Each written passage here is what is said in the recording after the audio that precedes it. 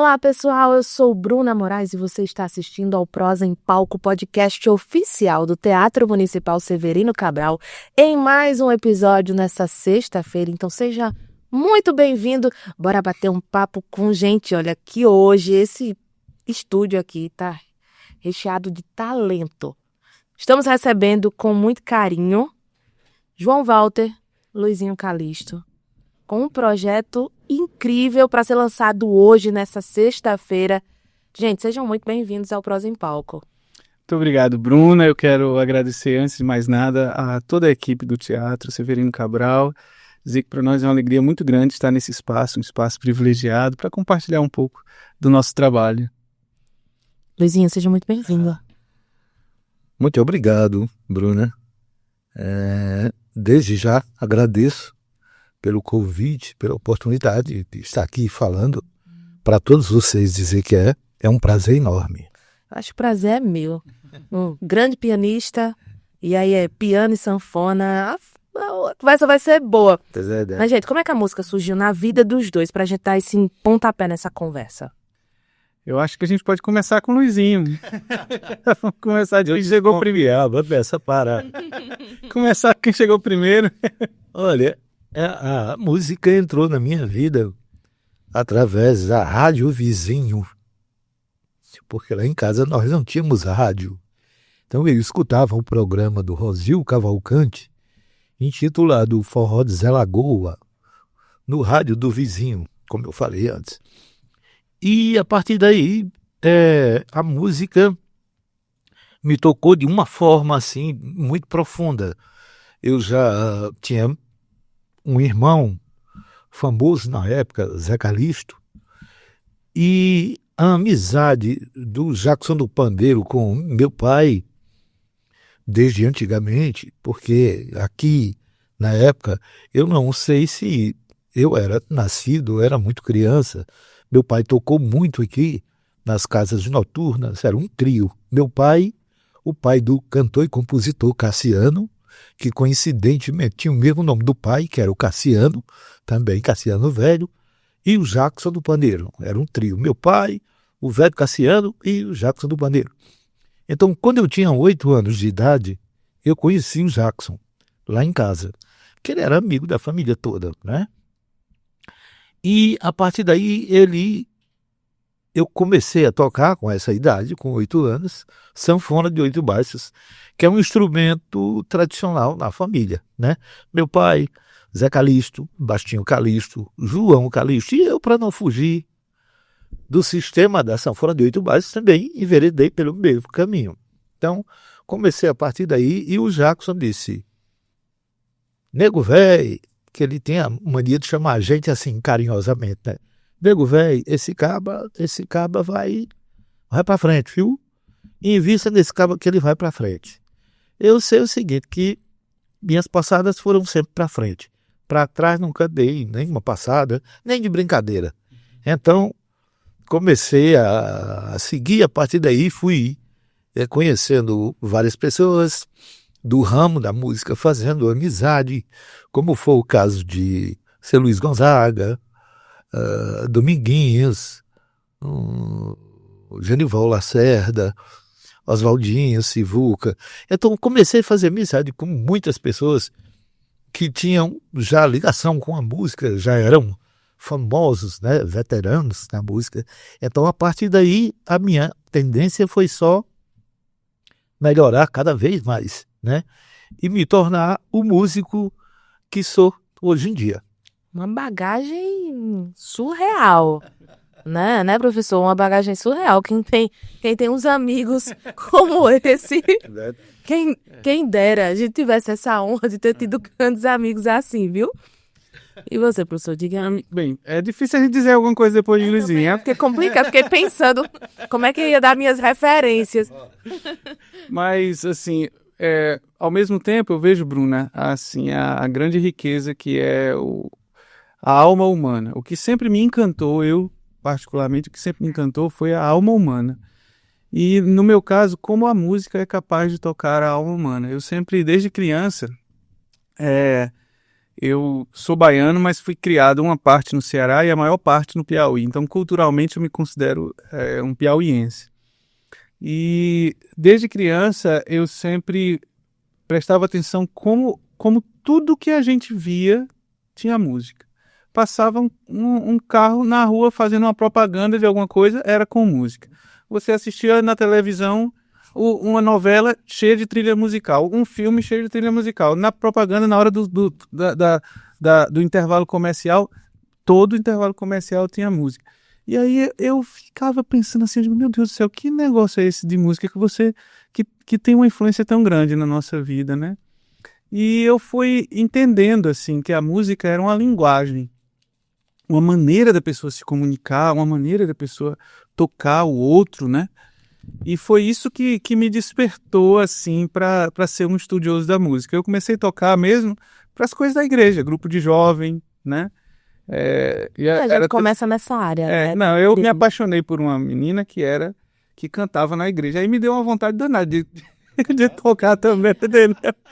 E aí eu fui e comecei ali, eu tinha 11 para 12 anos, comecei a pegar um tecladozinho e bater ali para poder ir para os ensaios com ela e tudo. E desse negócio aí a música foi ficando uma coisa séria e com a menina também, porque eu acabei casando com ela, veio a minha esposa.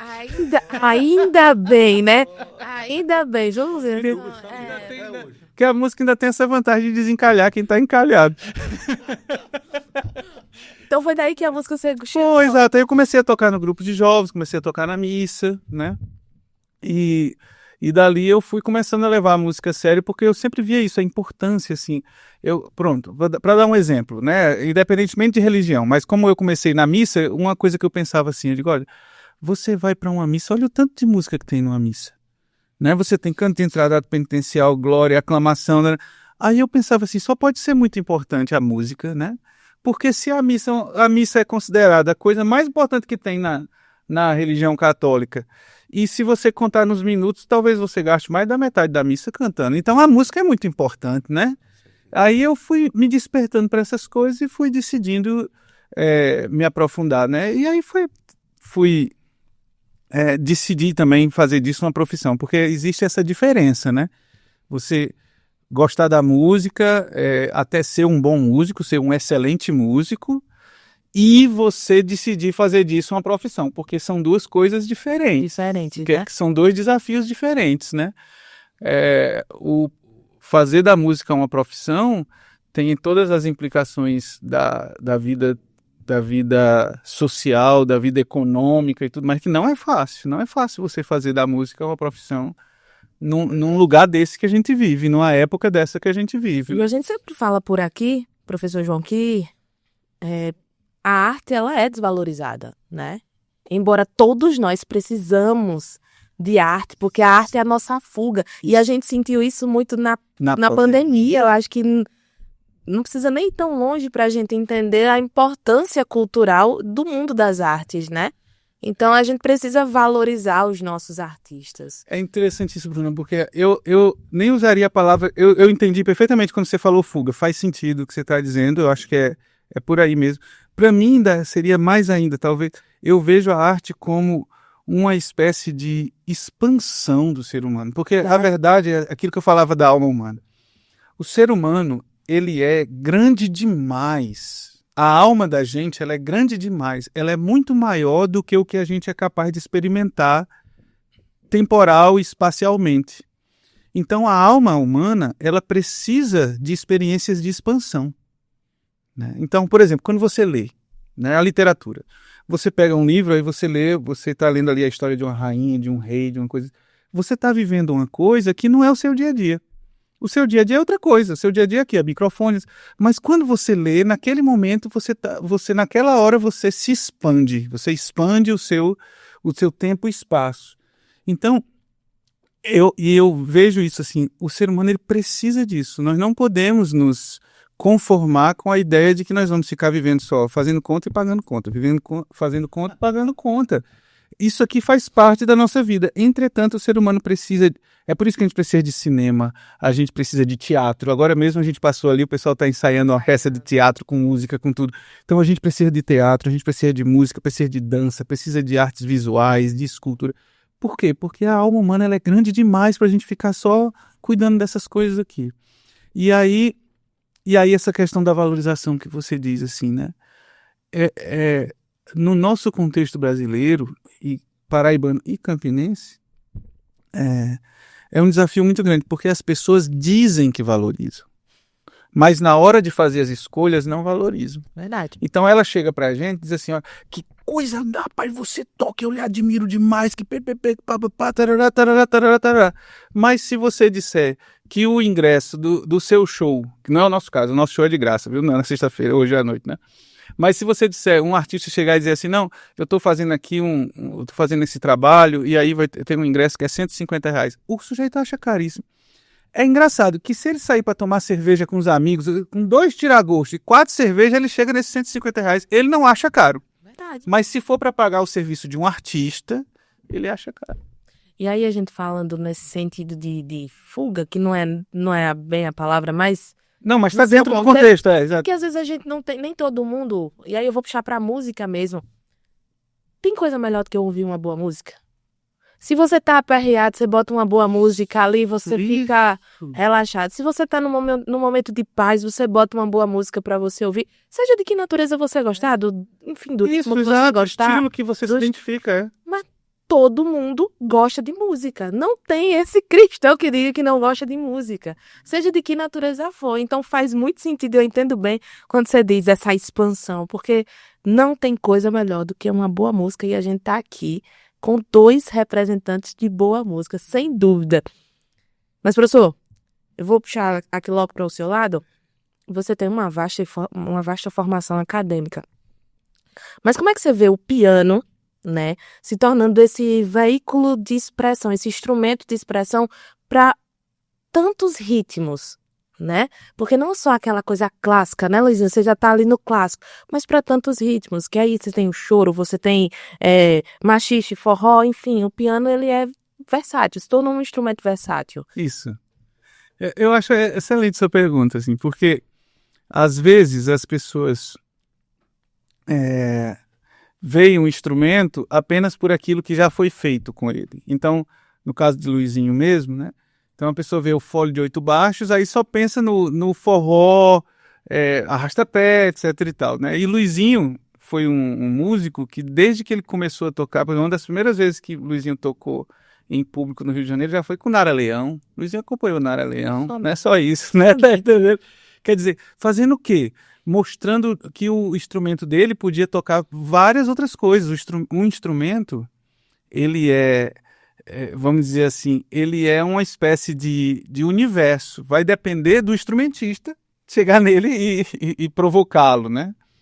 E o piano, ele é isso. O piano é um instrumento extremamente complexo, né? São 88 teclas, por isso que o nome do nosso disco é 8x88, que são os 8 baixos do fole dele com as 88 teclas do meu piano, né? Então é um instrumento extremamente complexo, mas que tem, então, muitas possibilidades, né? E o que a gente foi fazendo nesse trabalho foi justamente isso mesmo, expandir o piano para além. Nós tocamos no nosso repertório, tem uma valsa que ela cumpre todos os pré-requisitos de uma valsa romântica, de Chopin. Inclusive, quando soa assim, né, você, puxa vida, isso aqui tem toda a sonoridade, cumpre todas as regras também da valsa chopiniana, mas para além disso, a gente também faz machixe, faz lundu, faz arrasta-pé, faz shot, tem faz um pouquinho tudo. de tudo. Exato. Luizinho, eu vou fazer uma pergunta de quem é leiga no instrumento. Qual a diferença de uma sanfona, de um acordeão, como é que funciona esse universo aí da sua música? Para quem está em casa entender.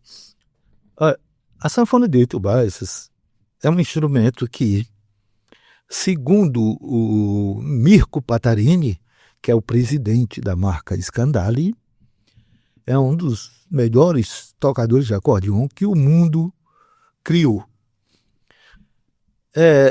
Eu conversando com ele, ele me disse que conhece, igual ao meu instrumento, ele conhece 12 afinações diferentes no mundo, porque ele viaja muito, então todo ano ele viaja assim, uma média de 40 40 países. Eu sei que ele conhece 80 países. Então ele disse que viu 12 instrumentos com afinações diferentes. Dessas 12, as outras 11 não se comparam com o instrumento que nós tocamos aqui no Nordeste do Brasil. Ou seja, é a afinação mais difícil do mundo, né? Primeiro explicar isso. Por que é difícil? O cara que criou esse sistema de afinação não deixou nem rastro. Ninguém sabe quem foi, ninguém sabe quantos anos fazem. É uma coisa que eu acredito que deve ter para lá de 150 anos. Ou seja, você não encontra um ser vivente hoje que ouviu a história do cara que criou isso, então ninguém sabe. Eu fiz uma pesquisa com pessoas há uns 20 anos atrás, pessoas com 100 anos que tocavam e que não me deram a informação que eu queria. Era exatamente sobre a origem da afinação que eu toco, que nós chamamos de afinação Dó-Ré, afinação nordestina, afinação transportada. É a afinação mais difícil do mundo. Então, comparando-se com, vou colocar o acordeon, que o teclado do piano é semelhante ao do acordeon. A diferença é que o piano não tem o fole, que é o que abre e fecha. Não é isso? Exato, é isso mesmo. Então, pronto. A sanfona de 8 baixos, ela tem o fole que abre e fecha, só com a diferença. Se você tocar uma tecla da sanfona e abrir o fole, você está com o dedo pressionado naquela tecla. Emite um som. Vamos dizer Dó. Abriu é Dó. Na mesma tecla pressionada, você fecha o fole, é Dó também. Agora, na sanfona de 8 baixos, com afinação transportada, que é a que eu toco, se você tocar numa tecla de Dó, é Dó fechando. Abrindo na mesma tecla, é Ré. A diferença está aí. É um instrumento bissonoro. Então, são 21 botões. Cada um emite 2 sons. Então, em parte, a dificuldade começa daí. Porque é um instrumento que não tem lógica. Uma verdadeira aula, né, professor? É exatamente isso aí. Um amigo falou assim, isso aí é máquina de fazer doido. Se ele que não estava, não, mas estava me encaminhando para chegar lá. Mas, sério, eu acho a sanfona em si um dos instrumentos mais difíceis. Eu não sou música, mas de ver, de quem assiste. Porque eu acho a complexidade, a gente falava ali, né, Matheus? Matheus está ali por trás. A semana passada a gente conversou com a Ananias do acordeon aqui. Então aí eu olhava ele lá tocando, eu disse, meu Deus do céu, só tem que ter muita inteligência, tem que ser um dom também. Eu acho que tem que ter um dom de papai do céu para você pegar aquele instrumento e trabalhar ele e fazer música ali. Não desmerecendo os outros, mas eu acho que a sanfona, ao meu ver, é um dos instrumentos mais interessantes. E agora eu tô conhecendo o fole de 8 baixos, que aí é diferenciado, né? Ô Luizinho, mas Campina Grande ela é considerada um celeiro, né, de 8 baixos. Como é que você enxerga a importância da preservação e da reinvenção dessa tradição? Olha, é o seguinte, infelizmente, pode até algumas pessoas serem contra o que eu vou falar, mas preservação é o que nós não temos, porque antigamente nós tínhamos tanto instrumentista, a Paraíba gerou a maior quantidade de tocadores de sanfona de 8 baixos e os melhores do Brasil. Se eu citar aqui, por exemplo, Zé Calixto, Geraldo Corrêa, Bastinho Calixto, Luizinho Calixto. Aí vem Geraldo Corrêa, não sei se eu já citei, Abdias, Adolfinho, Zé do X. Pronto, 8. Eu vou parar por aí, tem mais gente famosa. Esses que eu citei, todos são famosos, certo? Então, desses que eu citei, só eu estou vivo. Os outros que citei, os outros 7, já faleceram, certo? E hoje em dia, você não ouve Raramente você vê um sanfoneiro de 8 baixos ao vivo, hoje para tocar. Antigamente você encontrava em tudo quanto é lugar, nos cinemas, nas telas, nas TVs. Hoje em dia você tem que acessar o YouTube, o Instagram, e você colocar o nome para você ver e ouvir. É uma coisa que eu fico impressionado, porque é uma coisa nossa. É uma coisa nossa. E a gente tá deixando se perder, né? Com toda certeza, porque é o seguinte, eu fico meio, assim, paralisado. Eu tenho a oportunidade quase todo ano de tocar na Europa. Então eu fico impressionado como o europeu dança forró, porque aprendeu com o brasileiro. Mas eu tive a oportunidade de fazer amizade com egípcio, com ucraniano, graças ao forró, certo? Então, eles ficam encantados quando escutam a música brasileira e quando ouve e vê um sanfoneiro de 8 baixos, eles acham aquilo incrível, porque eles estão acostumados com a sanfona de 8 baixos, mas na afinação natural, que é a afinação de fábrica. Com a afinação que nós tocamos, a afinação transportada, tocando o nosso forró, tocando o nosso shot, o nosso arrastapé, eles ficam encantados. Os salões de festivais de forrós são todos lotados, lotados, lotados de pessoas dançando ao som de uma sanfona de 8 baixos. Hoje em dia, aqui, com exceção de Belo Horizonte, que tem o festival de forró Woodstock, com exceção de Itaúnas, no Espírito Santo, que tem festival de forró, com exceção dessas 2 cidades, você não vê mais isso. Aqui mesmo, né? A gente não tem algo nessa natureza, né? Não tem. Então, eu estava fazendo as contas. Aqui, o ano passado, eu toquei aqui durante o São João, porque fui contratado de última hora para tocar no Salão do Artesanato. Não é isso? Pronto, fazer uma apresentação de 1 hora, graças a Deus estava lotado. Pronto. Foi a única vez que eu toquei aqui no mês de junho em 4 anos. Quer dizer, forró 4, sim. na terra do maior São João do mundo, sendo um dos maiores nomes, um dos nomes mais significativos da música nordestina. Eu toco no Pernambuco, eu toco em Sergipe, eu toco em Alagoas, eu toco na Bahia, eu toco no Piauí, que é a segunda pátria do amigo Walter, eu toco no Pará, eu toco no Rio de Janeiro, São Paulo, em Minas. Rio Grande do Sul, você foi convidado? No Rio Grande do Sul, já fui convidado pelo Borghetti, quer dizer, eu estou citando aqui dentro do Brasil. Fora a parte internacional. Fora a parte internacional, porque eu já toquei em 8 países, até em Cabo Verde, na África. Eu já toquei no teatro principal, onde quem estava na plateia? Cesária Évora, quando era viva, é claro. O presidente de Cabo Verde estava na plateia. Então, tudo isso eu já fiz, quer dizer, toco lá, surgem oportunidades para eu mostrar o meu trabalho, o meu talento, para tudo quanto é lugar. Para cá, não. É uma pena, porque eu tenho vários alunos em várias partes do Brasil. Que estímulo eles têm só com a minha presença? Que hoje você não escuta um sanfoneiro de 8 baixos. Você não vê, às vezes não, todo ano eu sou contratado para tocar em João Pessoa, num festival que tem lá todo sábado, por nome de Sabadinho Bom, que eu não entendo por que é que não tem aqui.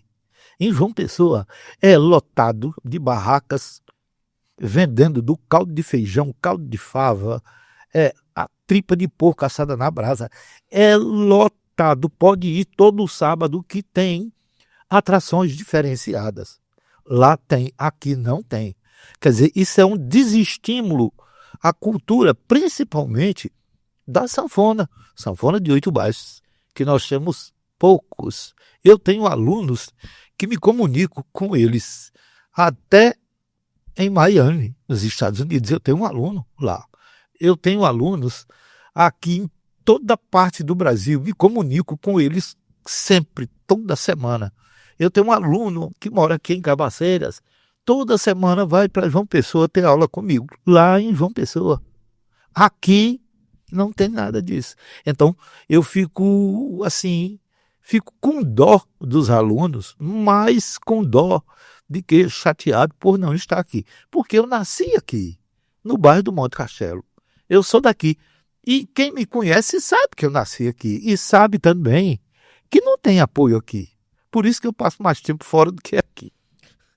Porque encontra apoio lá, né?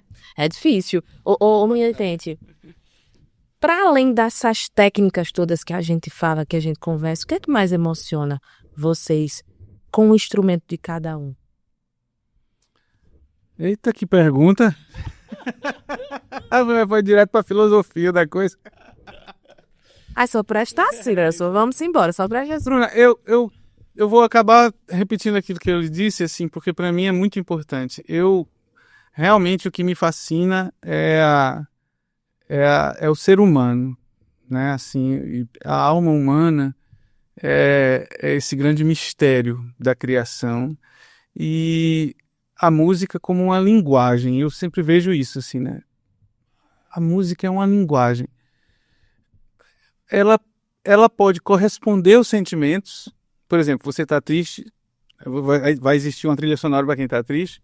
Você está alegre, existe uma trilha sonora para quem está alegre. Memória, a música, né, pessoal? É como perfume, onde a gente passar. Exato. Não sei se vocês pensam assim como músicos, mas se a gente sente tem um perfume que marca, a gente pode passar onde for, sentiu aquele cheiro. É a mesma coisa de uma música. Uma música, quando você escuta que marcou sua vida, você pode estar onde for, escutou, você vai lá. E tem outra coisa que eu vejo também interessante, é o seguinte, a arte, ela, além dela ter essa correspondência com o sentimento humano, porque, claro, ela nasceu de um ser humano que teve aquele sentimento num determinado momento, contexto, circunstância da sua vida, mas ela também tem um outro aspecto que ela é uma arte vivificante, para usar um termo que na filosofia da arte, na estética se usa. A música, ela é vivificante, ou seja, você pode também, se você assumir a autoria da trilha sonora da sua vida, aquilo ali pode ser para você uma experiência de aperfeiçoamento enquanto ser humano. Então, para mim é muito interessante isso. Por exemplo, a pessoa que é um pouco mais melancólica, tem pessoas que são mais melancólicas, qualquer coisa fica assim mais triste, fica mais calado, no final da tarde se sente assim meio triste, aquela coisa assim, né? Tem gente que é assim, né? Mais melancólica. Então, se uma pessoa ela é melancólica e se aquela melancolia está fazendo mal para ela, se ela sente que aquilo é pesado e tudo, se ela começar a dosar músicas que não são melancólicas, que são músicas que elevam, aos poucos ela vai conseguindo superar aquela melancolia. Então, é como se a música fosse assim uma espécie de remédio para a alma das pessoas. Verdade. Né? Então, Isso mesmo. é claro, também, agora, se ela mergulhar e ficar ouvindo só as músicas melancólicas, aí ela vai mergulhar mesmo. Aí ela vai... Aí ela abaixo. Exatamente, mas se você souber, isso que eu estava dizendo, assumir a autoria da trilha sonora da sua vida, então você saber assim, poxa, eu hoje preciso, do mesmo jeito que quando o cara que tem a pressão alta diz assim, não, eu vou tomar um suco de maracujá para ver se eu dou uma estabilizada, né? Então, do mesmo jeito, vai ter músicas para cada momento que você vive, você diz, não, rapaz, agora eu tô precisando escutar uma música mais calma, porque eu tô precisando acalmar meu coração. Então, não, eu preciso agora de uma música um pouco mais para cima, porque eu tô muito triste, eu vou escutar essa aqui. Se a gente soubesse fazer... exato, né? Um remédio espiritual, filosófico, né? Porque a música, eu tinha um professor muito sábio, paraibano, inclusive, ele, Reginaldo Carvalho, que ele dizia assim, a música, ela não apenas fala, mas ela também age. Então, ela não está só falando com você, ela está agindo em você. Né? E isso a gente experimenta muito na música instrumental, porque no caso da nossa música, a gente não tem letra. Né? Esse disco que a gente está fazendo agora são 12 músicas sem letra, não tem, ninguém canta. Né? Só toca. Só toca, exatamente, música instrumental. Mas é impressionante como você vê que cada música tem um assunto, cada música está falando de alguma coisa. Né? Ela está agindo ali, né? Mesmo sem articular os vocábulos, as palavras. Né? Eu acho que é por aí. E pra você, Luizinho? Tem alguma coisa lá na infância também que pulsa quando você toca, que você lembra? Sem dúvida, porque o meu contato com a música foi primeiro a música instrumental. Eu vim cantar, eu já tinha 20 anos de idade, eu não sabia nem que podia cantar, de tão atuado que eu estava a tocar forró, choro, shot, baião, arrasta-pé, frevo, né? Então, para assinar embaixo o que ele diz, eu já tive tanta experiência com música instrumental, que eu não vou contar todas, mas uma das que eu tive, eu estava no Exu com uns 10 alunos, que o mais velho tinha 16 anos, né? Tudo pré-adolescente, adolescente. Então, não deu tempo deles aprenderem muita coisa. Mas eu selecionei uma música, era 13 de dezembro, comemoração à data de aniversário do Rei do Baião. Luiz Gonzaga. Então eu separei Assum Preto com os alunos para tocar. E eles com medo. E eu falei, não tenham medo, que eu vou estar aqui tocando junto de vocês. Eu não vou deixar vocês nessa fogueira sozinho, não. Fiquei sentado. Nisso aparece Dominguinhos. Ele, juntamente com uns 10 sanfoneiros, iriam ficar do lado esquerdo. Tinha uma mesa grande, forrada com um pano branco, onde ia ser celebrada a missa para comemorar o aniversário de Luiz Gonzaga. E eu com os alunos, para mostrar em pouco tempo para o pessoal da Fundarp, que é o órgão de cultura do governo do estado de Pernambuco.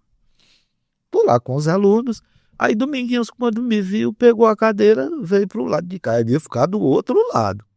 Quando ele foi chegando perto, aí a senhora, que era coordenadora, disse, seu Domingos, o senhor não vai ficar aí não, o senhor vai ficar do outro lado. Ele disse, não, eu quero ficar aqui. Tá do menino. Aí ele foi, chegou perto com a sanfona, aí olhou assim para mim e disse, Luiz, toca um forrozinho aí. Aí eu disse, mas qual? Porque tanto eu acredito que eu sei tocar uma média de uns 200 forróis instrumentais, ou mais. Aí ele disse, toca um forrozinho aí. Eu disse, mas qual? Ele disse, um forrozinho daqueles. Aí eu disse, peraí, meu Deus do céu, o que é que eu faço? Tanta música na cabeça, se eu vou tocar um forró dele. Aí fui tocar um forró dele, mas era um forró que ele fez e deu para Zé Calixto, meu irmão, gravar. Depois ele não teve mais contato com o forró. Aí eu inventei de tocar. O nome desse forró é Forró no Mengo, que era a sede do Clube Flamengo do Rio, que é tido como Mengo, né? Aí comecei a tocar forró. E ele parado, ouvindo, balançava a cabeça. Quando eu terminei de tocar o forró, ele deu uma risadinha e disse, toca esse forró de novo. De novo, ele disse, de novo. Aí eu comecei a tocar. Ele tem uma passagem que é desconfortável para quem está acompanhando. Ele muda assim assustadoramente o caminho musical dele e você fica a ver navios, né? Mas eu não pensei que ele fosse parar. Aí ele, peraí, essa passagem que tem aí, vai para onde? Aí eu falei os tons que ia. Ele disse, se é. E ele não estava brincando. Aí ele disse, toca de novo. Aí eu toquei de novo. Ele passou, aí eu disse, se prepare que tem mais. Ainda tem a segunda parte. Aí ele vai. Aí eu toquei e tal. Quando eu terminei de tocar, ele tocando junto com você, né? Entendi. Acompanhando você fazendo solo, ele acompanhando. Aí quando eu terminei de tocar, ele disse, interessante. Aí ele disse, de quem é isso? Aí é meu. Aí ele parou, baixou a cabeça, coçou o queixo. Aí disse, tu agora tá roubando?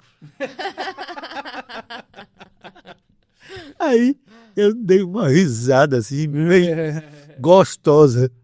Eu disse, mas rapaz, tu não se lembra desse forró não? Ele disse, não lembrava não. Ele disse, Luiz, forrozinho igual a esse, Eu tenho muitos que eu não consigo mais me lembrar. Eu só me lembrei porque associei o forró a mim e a cabeça começou a trabalhar em relação a outros sanfoneiros. Aí eu descobri que é meu, porque a minha linha de fazer música instrumental é essa. Então foi, assim, fantástico. 2 meses depois, eu encontrei com ele no Recife. Aí ele mandou um recado: diga a Luiz que toca uns forrozinhos daqueles que só ele sabe. Eu toquei uns 20. Quando eu terminei de tocar, ele botou uma cadeira do lado. Eu me sentei, aí ele disse: esses forróis que tu tocou aí, é tudo meu, são todos seus. Ele disse: eu acho que eu me lembro de 2, o resto eu não sei para onde vai. Eu disse: mas rapaz, é mesmo, se é. Aí ele disse: por que tu não grava? Eu disse: rapaz, não é assim não, as músicas são editadas, é complicado. Ele disse: eu libero todas para você, não quero nada. Eu quero ouvir você tocar esses forróis no Fole de 8 Baixos. Porque não tem outra pessoa que saiba tocar a quantidade de forró que eu fiz igual você. Aí eu disse: tá bom. Gravei um disco intitulado Domingos, que só existe em vinil. Só existe em vinil. Ou então você pode baixar pelo Spotify. É só botar Luizinho Calixto e coloca Domingos. Aí você escuta. São 13 forrós que eu gravei. Aí tem a minha trilha sonora voltando para casa, hein? Isso que eu quero ouvir. Participações, assim, de tantos músicos excelentes. Viola de 6 cordas, viola de 10 cordas, viola de 12, violino, rabeca, flauta, pistão, clarinete, acordeon, teclados, violão de 7 cordas, cavaquinho, bandolim. Olha, teve músicos da França que quando descobriu, disse: diga Luizinho que mande isso aí para mim. Eu digo: eu estou mandando para você tocar, depois você manda de volta. Aí manda, que é o Douglas Marculino. Sim. Aí quando ele tocou, né, no disco, aí ele disse: eu quero uma coisa. Eu disse: o que é? Disse: eu quero saber quanto é que você quer que eu pague para fazer a mixagem desse disco. Eu disse: que é isso? Para mim é um prazer. Aí ele fez a mixagem, a masterização, ficou surpresa. Olha, uma maravilha. já passou muita gente aqui, mas que podcast rico hoje. Nós está aprendendo muito. Para você que está chegando agora no Prosa em Palco, a gente está recebendo aqui o nosso maestro, professor João, Luizinho Calixto, um grande músico, um dos maiores nomes da música nordestina, de Campina Grande, gente da gente. Mas agora a gente vai chegar no ponto importante dessa noite. Vamos falar do 8 por 88, né? O professor já deu a dica aí que são os 8 foles de Luizinho com as 88 teclas somente, né, professor? 88, um pouquinho de tecla, graças a Deus. Mas quando é que vocês decidiram fazer um projeto os dois juntos, o Unipiano e o fole? Bruna, é assim, a história é empolgante e para mim é uma... Café é bom, viu? Sim, agora eu fiquei com vontade de tomar de novo. Eu fiquei aqui na dúvida que tá tudo lá. Contando. Porque eu vou colocando. Para mim é uma verdadeira honra, porque é o seguinte: isso que Luizinho, há alguns minutos atrás, falou sobre esse difícil contexto de valorização da música, da música de raiz, né? No lugar onde as raízes nasceram, vamos dizer assim, né? Como eu falei para você também, esse discurso ele é muito desafiador, porque se você chegar para qualquer pessoa e disser assim: você valoriza o forró de raiz, o que é que você acha do Fole de 8 Baixos? Todo mundo vai fazer o discurso mais lindo do mundo. Mas na hora de agir mesmo, de tomar alguma iniciativa ou de fazer algum tipo de atitude em direção a essas músicas, dificilmente vem alguma coisa concreta. Então foi nisso aí que eu fiquei pensando. Eu, como professor da universidade,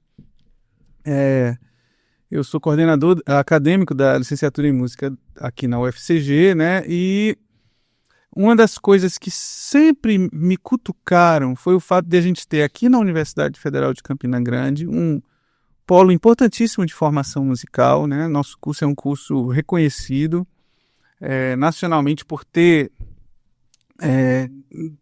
ser o berço de excelentes músicos. Nós temos vários, inclusive nosso amigo Matheus, que está aqui, né? Pois é. Formado lá, é nosso ex-aluno, né? Então nós temos esse reconhecimento de ser um celeiro de formação musical, e ao mesmo tempo me incomodava, e sempre me incomodou muito, a dificuldade de diálogo entre a música acadêmica e a música popular, né? Então, para você ter uma ideia, uma das áreas que eu trabalho na universidade, por exemplo, é música medieval. Eu sou professor de canto gregoriano, um negócio raríssimo, ninguém sabe mais nem que existe, né? Legal. Eu gosto de ouvir. Então, essa sempre foi uma área que eu trabalhei, música sacra, música medieval, história da música, que é inclusive a minha área de pesquisa. Já escrevi muito, já fiz, já gravei muita coisa. Eu sou regente de um mosteiro em Natal, né? As monjas em clausura. É diferenciado. Ele já vem da igreja, ele vai pro mosteiro, enfim. Então, você tem uma ideia, eu sou regente de um mosteiro. As monjas carmelitas lá em Natal, na Arquidiocese de Natal, elas ficam do lado de lá da grade. A gente vai, quando eu vou ensaiar com elas ficam do lado de lá da grade ou do lado de cá. Sistema de clausura, né? E já gravei 2 discos em um outro mosteiro lá do Piauí, 2 discos com as monjas, levando o estúdio para dentro do mosteiro para gravar com elas. 2 discos que são sucesso, com música medieval, com música em latim, etc. Mas eu sempre me incomodei com essa dificuldade de diálogo entre a música acadêmica, o universo acadêmico e a música popular. Porque a música popular é, na verdade, a maior de todas as fontes de conhecimento musical. Porque quando a gente fala hoje, eu gosto muito de Mozart, mas, olha, Mozart foi o músico mais popular do tempo dele. Mozart foi tão popular que num determinado momento da vida dele, o pessoal dos palácios nem queria mais muito que ele tocasse, porque ele já era considerado um cara popular demais. Sabe?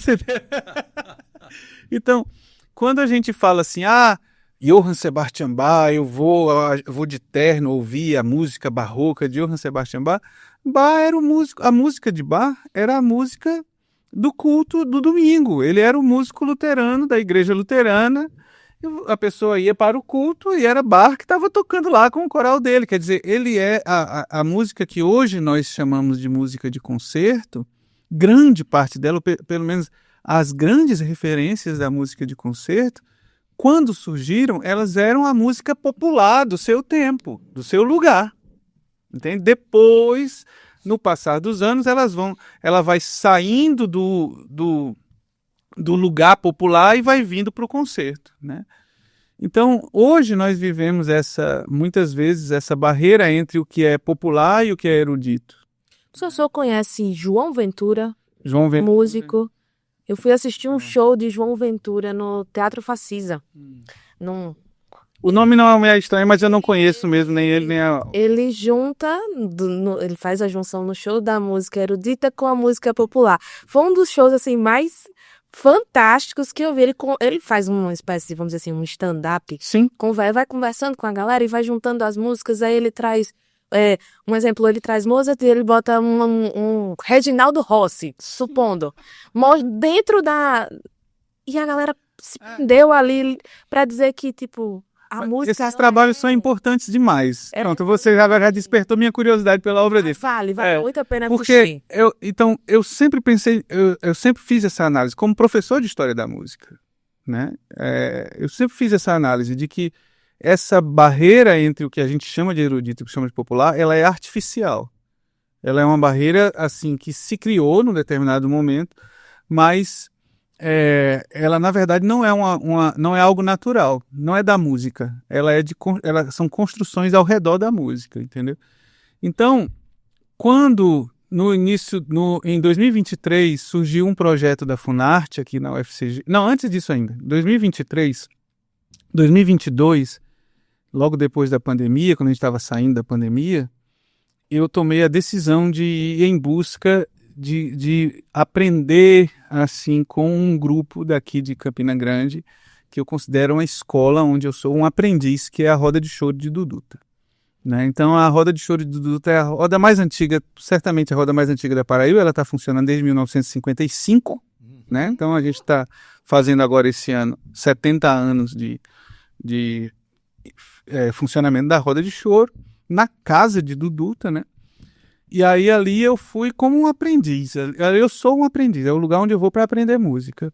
A música instrumental, música popular, a linguagem do choro, né? Então, ali eu fui acolhido por Vaguinho, que é hoje um grande amigo nosso, inclusive o Luizinho passou a tarde com ele gravando lá hoje. O Vaguinho é sem condições. Exato. Então eu fui acolhido por Vaguinho, que é para mim uma pessoa que me conduz nesse caminho, assim, eu aprendo demais com o Vaguinho. Ele tem esse negócio de ficar me chamando de professor, mas é mais para puxar, né? Mas Professor. mas eu ali na roda eu sou um aprendiz. E na roda eu tive a grande graça de conhecer muitas pessoas maravilhosas, e entre elas Luizinho Calixto, que toda vez que está aqui em Campina Grande, no domingo ele vai tocar na roda, né? Com certeza. E ali a gente começou, eu ali quietinho, que na roda eu como bom aprendiz, eu vou com a sanfona, porque tô aprendendo a tocar sanfona, né? E aí... Eu vou na minha humilde sanfona. aí eu ficar ali, assim, morrendo de vergonha, assim, quietinho, Luizinho, não, pai, faça assim, toque assim. Eu digo, tá bom, eu tô tentando, tenha paciência comigo. E aí a gente ali do lado, aí eu uma ou duas vezes disse, Luizinho, rapaz, eu queria lhe convidar para ir na universidade, vou na hora que você chamar. E aí quando foi em junho de 2023, a gente fez um primeiro momento, que a gente fez uma roda de conversa em música com o meu grupo de pesquisa, a gente chamou o Luizinho para conversar sobre Fole de Oito Baixo, para tocar e mostrar a música, mas falar da vida, falar também da perspectiva sobre o fole. Foi a primeira vez em que a gente teve, assim, um grande nome da música popular, a universidade parando para ouvir. Um absurdo, depois de um tempão, né? A universidade já era para estar aprendendo com pessoas assim há muito tempo, né? Mas aí a gente fez ali no auditório, os meninos tocaram com o Luizinho, todo mundo ficou louco para tocar com o Luizinho, todo mundo queria tocar com o Luizinho, o palco ficou cheio, tem hora que tem mais gente no palco querendo tocar do que assistindo, porque era o curso de música, né? E aí a gente fez aquele primeiro momento, foi um momento em que a gente também, em nome da universidade, a gente conferiu a Luizinho um certificado de honra ao mérito por todo o trabalho que ele tem com a música popular e com a educação musical, porque Luizinho, além de tudo, é um grande professor de música, né? Ele tem o único método de fole de oito baixo de afinação nordestina transportada que existe no mundo, foi ele que escreveu, já está indo agora para uma nova edição, por sinal, digital, totalmente digital agora, né? E então a gente conferiu a ele esse certificado e nós tomamos a decisão, o professor Jorge Ribas, né, que é meu colega de trabalho e um outro grande mestre na minha vida, professor Jorge Ribas e eu tomamos essa decisão de dizer assim, rapaz, nós vamos nos aproximar mais vamos puxar essa música para dentro da universidade. Alguns meses depois surgiu um projeto da Funarte, em que cada professor da universidade poderia convidar um outro mestre de fora para ser professor convidado durante uma semana, né? Foi um projeto muito legal. E aí nós convidamos Luizinho. Em outubro de 2023, Luizinho passou uma semana como professor da universidade, dando aula lá na sala de aula, né? E a gente parou as disciplinas, alguns professores, né? Claro, não todos, mas Jorge, eu, Cleison, o meu professor Cleison Melo, que é também uma referência nossa para música e produção musical. E a gente parou as nossas disciplinas, encaminhou todos os alunos para participarem, o pessoal foi participando e foi um movimento grande. E tome café. E tome café, exatamente. E tome conversa e tome música, né? E dali surgiu essa ideia. Quando num almoço, Jorge Ribas, Luizinho e eu, Luizinho disse assim, rapaz, não existe nada no mundo todo, não existe nenhum tipo de gravação entre o fole de oito baixos e o piano. Agora sim. Agora tem. Aí ele disse isso, né? E aí a gente estava... Justamente essa barreira, né? Criada entre o que é o piano erudito, clássico, e o fole de oito baixos, né? Eu disse, Luizinho, mas nós existimos para isso, então, né? Então, exatamente, porque a arte, ela é inovação. A arte não pode ser só repetir o que já deu certo no passado, tocar as coisas. É maravilhoso. Eu volto a dizer para você, eu sou professor de música medieval, eu rejo música medieval, mas eu sei que a música não pode ficar só olhando para trás, ela tem que olhar para frente. Né? Então, por que nunca ninguém fez fole e piano? Só precisa de um tocador de fole e um pianista. Nós dois estamos aqui, vamos fazer, né? Então... E como é que vocês encontraram esse meio termo, Luizinho? entre dois instrumentos que são, vamos dizer assim, totalmente fora da curva. Ninguém nunca da nem física. pensa nisso, né? Como é que vocês encontraram esse meio termo para juntar esses dois? Olha, é o seguinte, eu não tenho formação acadêmica, eu estudei muito pouco, né? Então, eu me envolvi com a música de uma forma assim tão fantástica, né? Eu tenho 3 residências: Campina Grande, João Pessoa e Fortaleza. Então, a sanfona de 8 baixos já me levou para muitas situações, né? Rapaz, ninguém quer deixar a gente conversar hoje não, viu? Porque o meu já tocou, o de Luizinho já tocou. É minha filha, depois eu ligo para ela. Então, a sanfona de 8 baixos e a música já me levaram para tantas situações, né? Eu já toquei com violonista de 7 cordas, violonista de 6 cordas, cavaquinista, bandolinista, flautista, enfim, com tantos músicos, mas nunca tinha tido a oportunidade de tocar com um piano me acompanhando e um pianista, porque não é muito fácil. Não é qualquer um que tem a capacidade de chegar, sentar numa cadeira, encostar a mão no teclado de um piano e acompanhar um sanfoneiro de 8 baixos. É uma tarefa complicada. Parabéns, viu, professor? É uma tarefa complicada. Eu estou dizendo isso aqui, eu nunca tinha falado isso antes, porque nunca tinha despertado para falar isso. Então, o João Walter é um cara assim, capacitadíssimo para isso. É um cara que, quando eu encontro um cara assim como o João Walter, eu não estou rasgando seda porque ele está aqui. Eu digo que a música gosta do cara. Então a música ama o João Walter, porque ele tira tanta coisa, sabe, da mente e coloca na ponta dos dedos e soa naquele instrumento, que é uma coisa fantástica. Eu curto, eu não entendo muito de música, porque eu sou músico de ouvido, eu não entendo de teoria musical, entendeu? Então, eu curto muito. Quando eu vejo um músico tocando um instrumento, seja ele qualquer, que me chama a atenção, eu fico o tempo todo namorando com a interpretação do músico, com o som que sai do instrumento, seja rabeca, seja violino, gaita de boca, seja lá que instrumento for. Então, quando eu comecei a pensar na ideia que o João Walter, juntamente com o Jorge Ribas, tiveram de gravarmos, aí eu coloquei aqui instantaneamente, eu digo, isso é uma ideia excelente, porque o Jorge tem um conhecimento profundo e o João Walter tem uma musicalidade incrível. Vai dar certo. Vai dar certo. Eu não pensei 2 vezes antes de topar essa parada. E graças a Deus, foi uma das melhores coisas que eu fiz na minha vida. Eu já toquei com tanta gente, como eu já falei, com tanta gente. Quem primeiro me colocou no palco de um teatro foi Vital Farias, para tocar com ele, junto com aqueles atores todos da Globo, no Teatro São Caetano do Rio. Depois, Dominguinhos me convidou para tocar com ele no Teatro da Galeria, no Rio de Janeiro. Então, toquei com Nara Leão, quem estava na plateia, Norma Bengel, quem tocou comigo foi Luciana Rabelo, Rafael Rabelo, com 15 anos de idade. Então, eu já me vi assim, em cada situação, assim, gostosa, prazerosa. Já toquei em teatro também com o Chico César, né? Que hoje somos amigos. E já toquei assim com tantos músicos, com italianos, com norte-americanos, né? Mas quando cheguei, me entreguei à musicalidade do João Walter, ao piano dele, que é fantástico.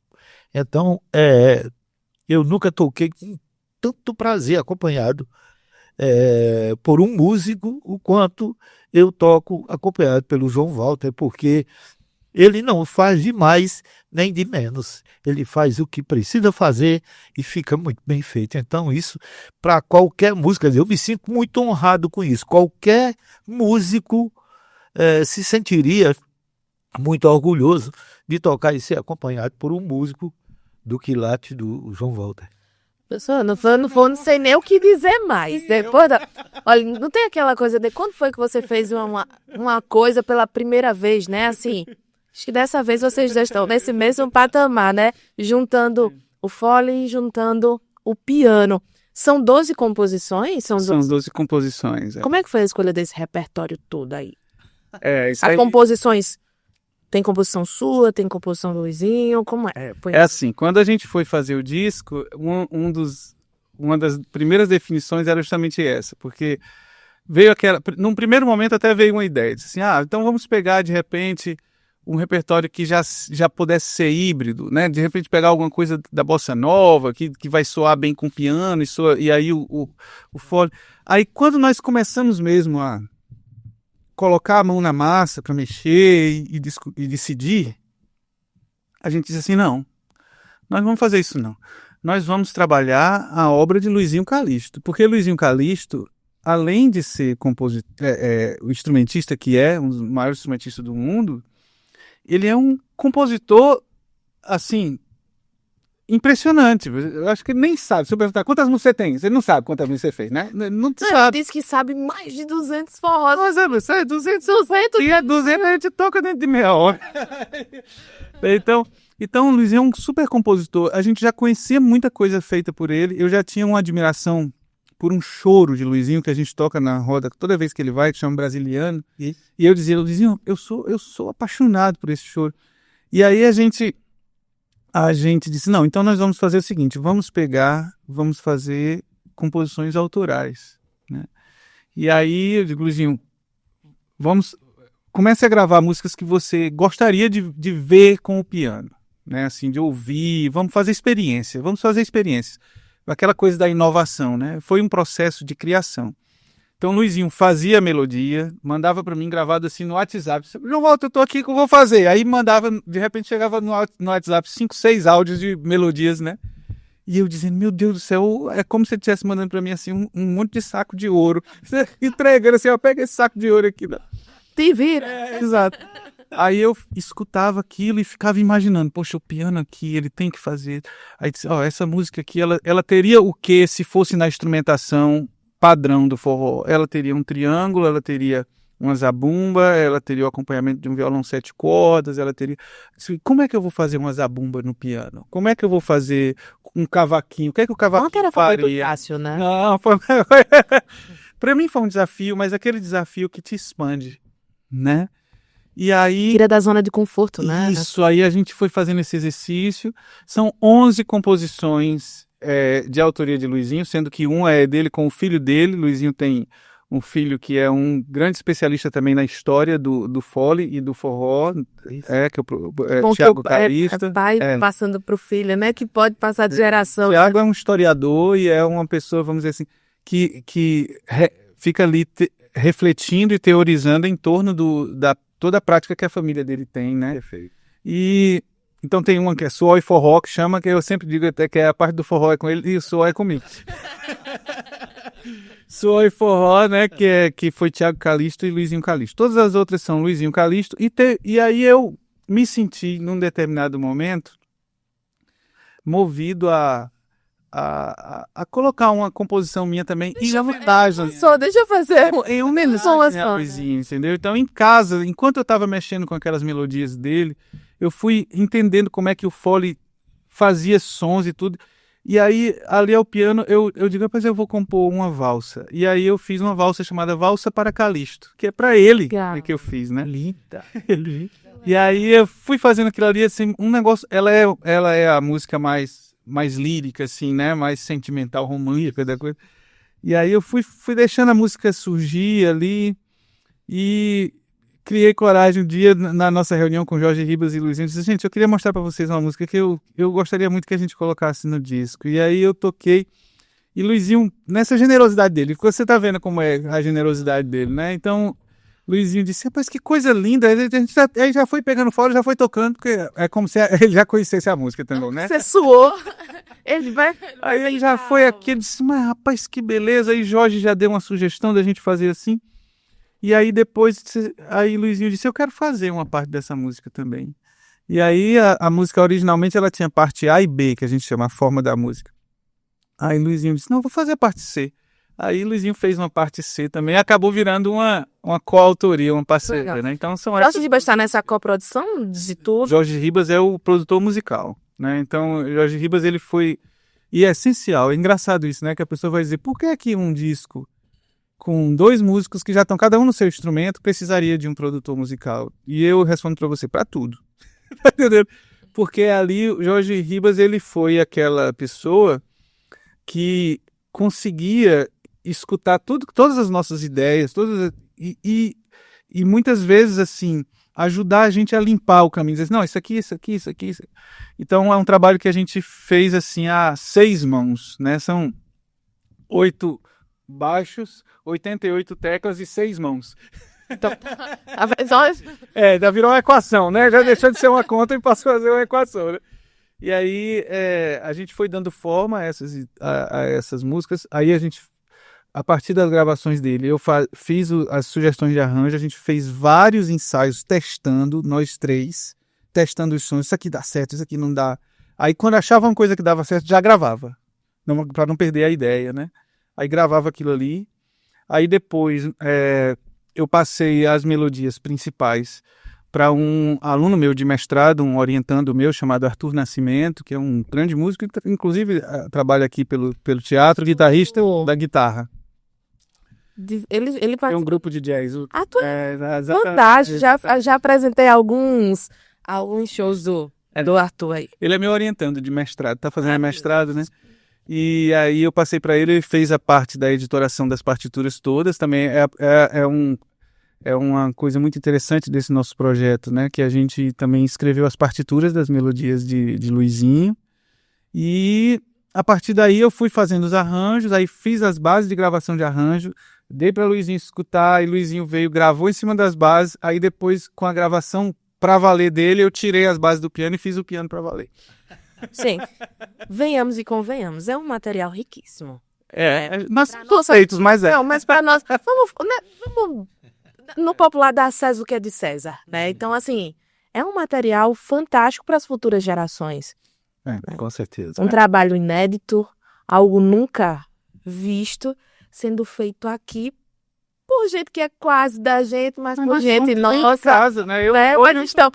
Mas estamos em casa, né, professor? Então, que legal. E isso é um trabalho que já vem sendo elogiado por grandes nomes da música também, né? Com certeza. Então, como é para vocês já ter esse respaldo de gente que tá há muito tempo na música também, grandes nomes aí, como o próprio Chico César.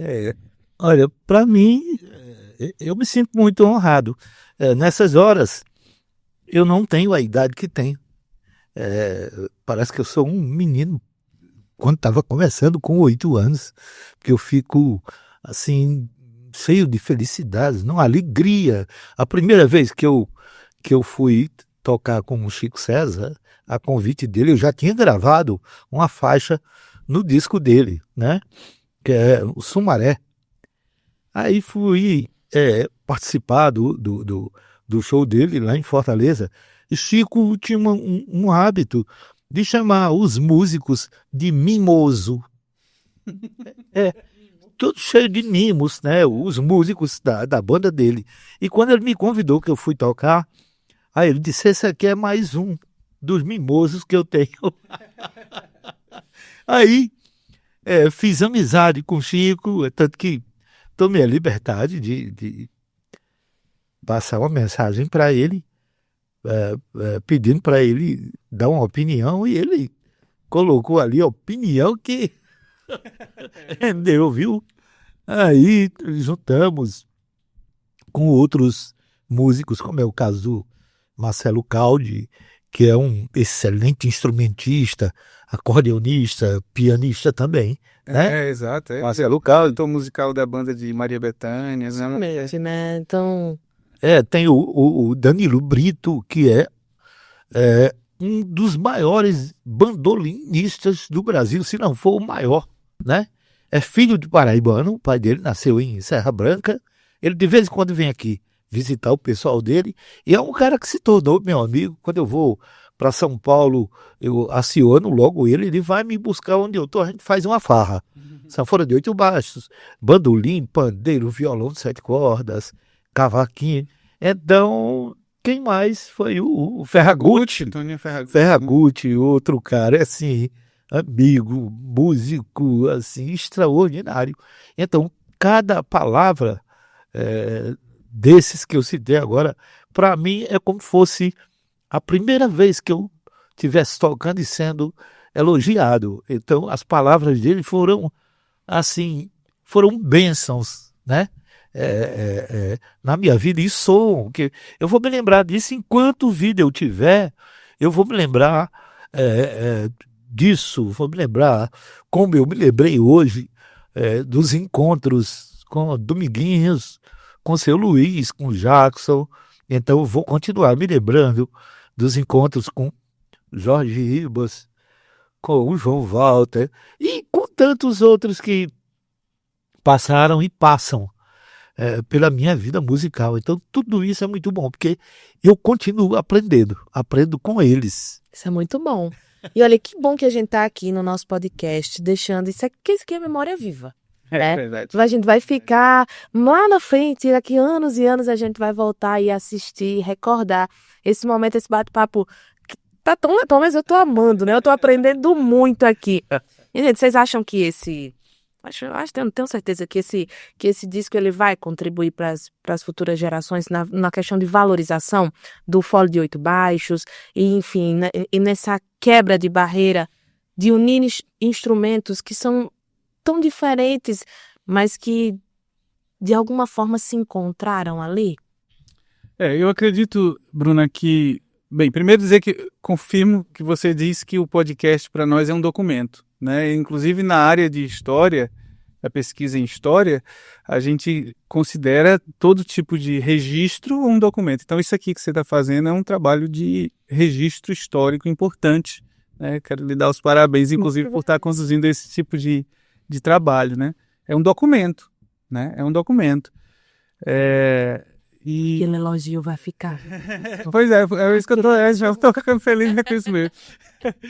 E aí, mas, então, o que eu vejo é o seguinte, é preciso que nós tenhamos a noção de que o que nós fazemos hoje tem reflexo, consequências para a vida de outras pessoas.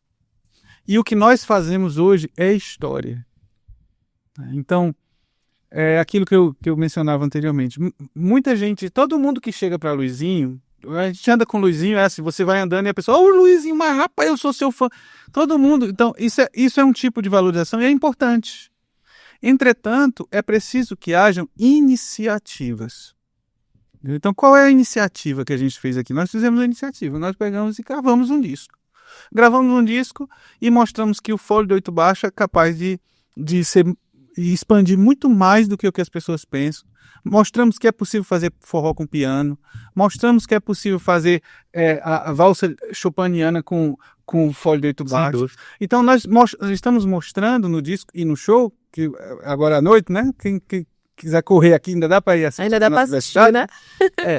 Então, nós estamos mostrando uma iniciativa. Mais do que palavras, a gente está agindo, né? Então, eu acho que o que é preciso acontecer em Campina Grande, veja, eu sei que eu sou um forasteiro, uma pessoa que veio de fora, mas eu estou morando aqui já faz mais de 10 anos e eu escolhi ficar aqui. Somos, viu, professor? Também não sou daqui não, mas me apaixonei e não saio mais não. Exato, é o meu caso também, né? Ou a gente vai e volta, né, viu? Vai mandar sempre por aqui. Eu escolhi ficar aqui, né? Então, assim, eu sou aqui dentro do contexto de Campina Grande, eu sou uma pessoa que tem essa missão de servir na formação musical, né? Eu dou aula na universidade, dou aula no mestrado e doutorado em João Pessoa, E então, assim, eu me permito fazer uma análise. O que eu acredito que em Campina Grande nós precisamos ter de maneira mais efetiva são atitudes e ações.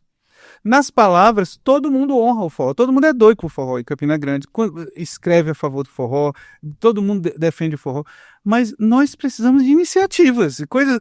Bem, me diga aí, concreto foi o que você fez. Se a pessoa chegar para mim hoje e disser assim, concreto, o que foi que você fez pelo Fole de 8 Baixos? Eu digo, eu gravei um disco. É uma coisa concreta. Com Tá certeza. entendendo? Eu chamei Luizinho Calixto, a gente foi atrás, a gente teve o apoio da Lei Paulo Gustavo, a gente foi atrás da lei, conseguiu o financiamento, decidimos fazer assim, priorizamos composições de Luizinho Calixto, colocamos o Fole de 8 Baixos no protagonismo do disco, gravamos com o que há de melhor de mixagem e masterização, fizemos masterização analógica, gastamos recursos para fazer uma masterização digna de um trabalho internacional, né? Fizemos tudo do melhor. Então, eu digo, a gente tem essa atitude, essa iniciativa. É só um passinho, uma coisinha pequena, mas é o que a gente conseguiu fazer. Com certeza. Então, se cada pessoa que elogia o Fole de 8 Baixos, se Luizinho fizer uma pequena iniciativa assim, a gente transforma esse lugar. Mas enquanto fica só na palavra, né? Não adianta, né? Então, eu acho que sim. A minha resposta a você é sim. Eu acho que sim. Nós estamos dentro daquilo que nos é possível, dentro do nosso alcance. Nós estamos fazendo uma contribuição. E eu gostaria que isso fosse uma provocação para que cada outro artista, cada outro produtor, cada político, cada pessoa... Não é só político, não. Porque, como eu lhe disse, às vezes a gente não estou dizendo que é errado. É justo você comer uma pizza e gastar R$200, R$150 numa pizza. Mas quando é para arte, você acha isso caro. Então, se cada um de nós tiver uma iniciativa, for além das palavras, além de opinião, né, mas fizer uma ação e dizer assim, não, eu vou fazer isso. Aí eu acho que é possível mudar esse panorama que você vê, Luizinho, falando no começo do programa, né, esse contexto que a gente está, que você diz assim, poxa, por que chega nessa situação, né? Rapaz, a gente vai batendo um papo, acho que esse é o mais longo, né, Matheus, aí de podcast, mas se deixar, a gente passa a noite aqui batendo um papo, mas afunilando aqui o nosso diálogo, já chegando na nossa reta final, não tem como não perguntar a vocês, vocês falaram sobre música instrumental, né, então é uma música de instrumento, não tem voz. É mais difícil prender o público quando a música é assim? E vê lá, Luizinho. Como é a experiência? Olha, é inegável que é mais difícil, né? Porque tem muita gente que não gosta. Por exemplo, nos shows que eu faço, eu procuro mostrar um lado que muita gente não conhece, porque conheceram aqueles nomes que eu citei, tocando forró, shot, baião, arrasta-pé, certo? Então eu procuro mostrar um lado que as pessoas não conhecem. Porque eu já me vi em situações que quando eu tirei a sanfona da capa que botei, aí um cara disse, e isso faz alguma coisa? Aí eu disse, olha, eu não posso dizer agora. Vamos ouvir para ver o que é que faz. Mas bota o homem para tocar e pronto, acabou. Aí, dá licença. Eu comecei logo tocando Chega de Saudade, que é bossa nova. Depois toquei boleros, tangos, valsas. Aí o cara já mudou de opinião, entendeu? Então eu procuro mostrar esse outro lado. Por exemplo, eu estava tocando num festival, agora no mês de novembro, na cidade de Freiburg, na Alemanha. E teve uma hora que eu estava cantando, parei. Aí, peraí. Vocês querem ouvir um forrozinho instrumental? Todo mundo queremos o salão lotado. Aí eu comecei a tocar aí, Feira de Mangaio, Tico-Tico do Fubá, saxofone porque chora, escadaria. Olha, o salão ficou assim lotado. A temperatura lá fora estava 3 graus abaixo de zero, mas dentro estava todo mundo suor, pinga. Não parava de dançar. Então, essas experiências eu tive. É meio complicado, você tem que saber negociar com o seu repertório e o seu instrumento nessas horas. Você vai sentindo o público, né? Exatamente. Agora, o nosso repertório, que nós gravamos no 8x88, é um repertório que tá tão bom que eu sou suspeito a falar, porque tem forró, tem shot, tem arrastapé e frevo, tem valsa e tem choro. Então, tudo que é bom dentro de um só disco tem ali. Então, vocês vão comprovar isso ouvindo, tá? E assistindo o nosso show daqui a pouco. Aí eu quero saber onde é que o pessoal vai poder ouvir, né? Já vai estar nas plataformas digitais, como é que funciona, professor? Então, como nós fizemos um projeto com financiamento público, porque nós fomos aprovados no edital da Lei Paulo Gustavo, nós também fizemos esse compromisso de colocar o disco gratuitamente, né? Porque, na verdade, nós estamos tendo o subsídio da população brasileira, então, e a ideia é justamente dar isso para a população, né? Então vai estar em todos os streamings, inclusive no YouTube também. E hoje? A partir de não, na verdade, já entrou quarta-feira, dia 23, exatamente. Nós estamos fazendo o lançamento hoje na universidade, inclusive o lançamento também é gratuito, uma coisa que nem era obrigatório pelo edital, mas nós optamos por fazer também a entrada gratuita no show, porque nós entendemos que é também a nossa contrapartida para o financiamento, que é um financiamento público, né? E então é isso. O disco vai estar aí, está disponível. Nós também temos, porque ainda existe, inclusive no universo da música, do público da música instrumental, tem muitas pessoas que não sabem, por exemplo, usar um Spotify, né? Ou então, às vezes, assim, escuta no celular, até consegue escutar no celular, mas não consegue parear o celular com o som do carro, por exemplo, uma coisa assim, que às vezes até a gente sofre, né? Uhum. Então, a gente também vai disponibilizar em pendrive, por incrível que pareça, existem, é engraçado isso, né? Que às vezes a exclusão... Meu pai tem vários. A exclusão, ela tá nas pequenas coisas, assim. Você imagina quantas pessoas, até idosas mesmo, são excluídos da música digital, né? Porque não sabe baixar um Spotify. Meu pai tem os pendrive dele, ele sabe onde tá todas as músicas. Então hoje ele pediu fazer os pendrives também, né? Que nós vamos, no caso, vamos comercializar até para pagar o custo de fazer o pendrive, né? Então vamos fazer os pendrives. E eu até lhe digo que se uma pessoa chegar para mim pedindo um CD, eu vou dar um jeito de queimar um CD para essa pessoa, porque o que nós queremos exatamente, né, que as pessoas tenham acesso a essa música. E aí tem planos de turnê, tem planos de tocar juntos, assim, isso vai ficar só na universidade? Não. Assim, não vai poder ver João Walter e Luizinho Calixto fazendo shows? Sim, com a graça de Deus. A gente, inclusive nós já temos, vamos tocar em um festival de jazz agora no Piauí, né? Fui convidado por um grande amigo meu que é produtor lá, e quando ele soube, ele disse, rapaz, a agenda já está fechada, mas eu vou abrir a agenda de novo para botar vocês para fazer o show, né? Então nós vamos tocar em um festival de jazz. Já temos outros convites, né? Aqui em vários lugares aqui. Vamos fazer o lançamento em Fortaleza, porque Luizinho é uma das sedes onde Luizinho também transita. Vocês vão voltar aqui pra gente bater outro papo, pra dizer como é que foi como é que foi a receptividade das pessoas. E já hoje nós conversamos com o Alan, o patrono aqui, né?